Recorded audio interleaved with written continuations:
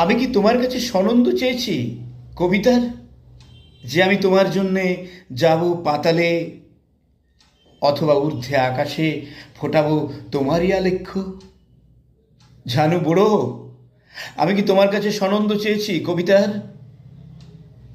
যে যার নিজস্ব শিল্পসমূহ অর্জন করে নেয়, নির্ভয়ে যে যার কবিতার হস্ত পদ মূঢ়, অর্থাৎ শব্দকে ঘোর চুল্লির ভিতরে ঠেলে দেয় চিরকাল, আদ্যন্ত এইভাবে হয়ে খাঁটি বর্ষার বিরুদ্ধে লড়ে মন্দির গাত্রের পোড়া মাটি।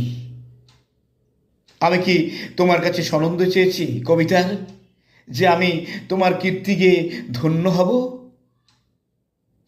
তুমি কি জিহ্বায় জেনেছ অগ্নির স্বাদ? শব্দের সংসারে তুমি কে হে? কিছু শব্দ অগ্নিকুণ্ডে ঝরে গিয়েছিল, তাই যায়।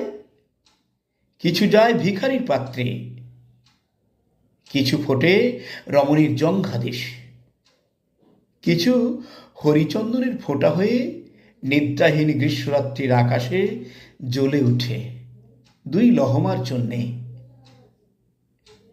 কিছু শব্দ আর একটু দীর্ঘায়ু হতে চায়, এবং তখনই শব্দের হৃৎপিণ্ডে ছেনি হাতুড়ির ধ্বনি লাগে, শব্দে জেগে ওঠে বিষ্ণু মন্দিরের টেরাকোটা।